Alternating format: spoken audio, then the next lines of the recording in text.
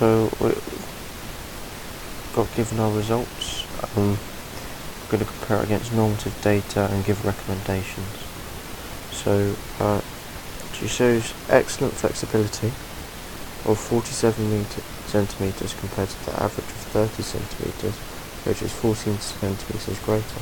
This test shows great flexibility within the lower bicep femoris and suggests that the client has a vast range of maximum extent of the muscle and connective tissue.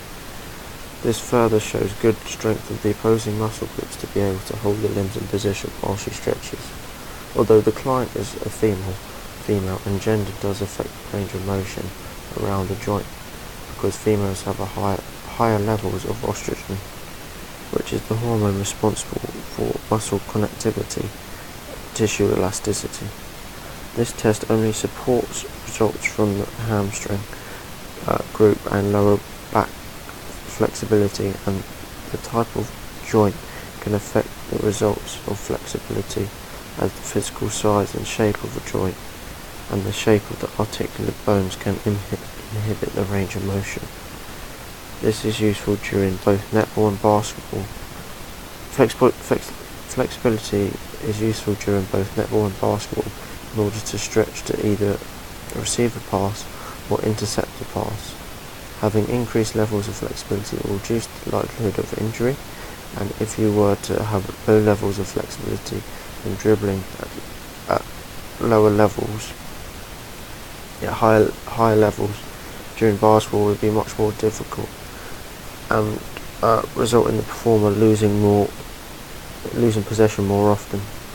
To maintain fitness levels, flexibility levels, use static passive flexibility from and use a family member, friend or training partner to aid the hip joint in line with the point to push the limb in line with the point of resistance or pass to increase the levels of flexibility. This should be done at the hip joint, raising the straight leg past the point of resistance 5 times a week during in-season.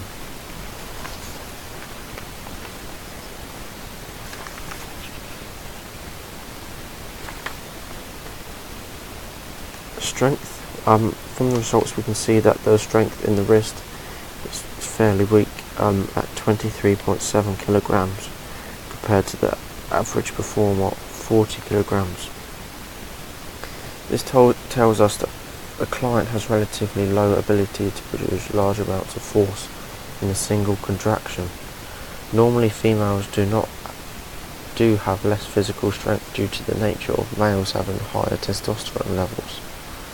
This is also dependent on the average fibre types you have. For example, people with fast oxidative fibres are more likely to have greater strength in short space of time, like the hand grip dynamometer test.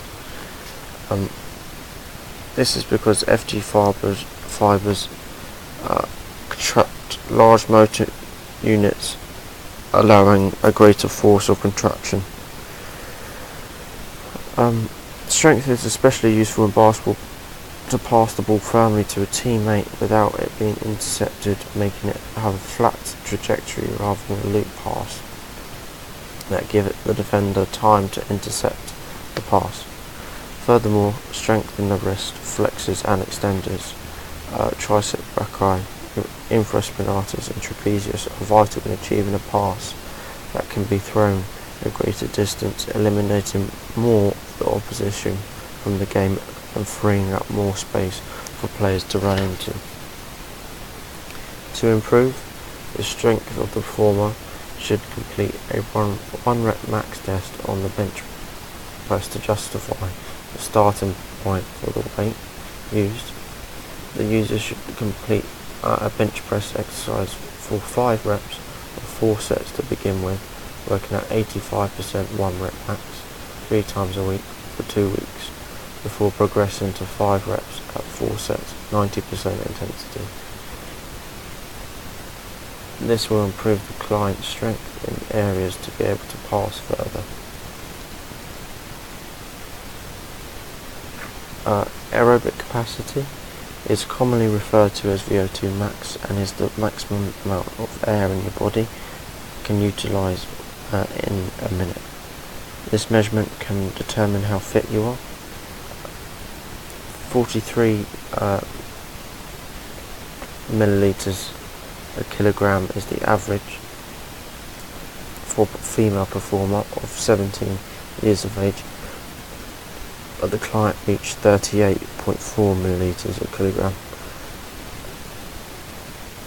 From the graph you can tell that this is an area for improvement, so the client can perform better for longer during netball, especially in the later stages of the game, in order to get into space to receive a pass or draw a defender away so another teammate can move into space you just created.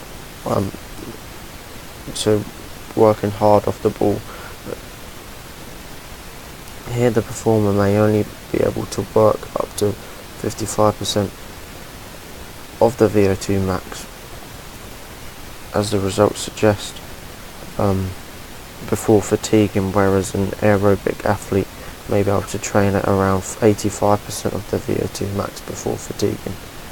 The client is female, so they tend to have a 10 to 15 milliliter kilogram lower aerobic capacity than males, because they tend to have a greater percentage of body fat and smaller lung volume, thus reducing the efficiency to be able to transport oxygen and inspire.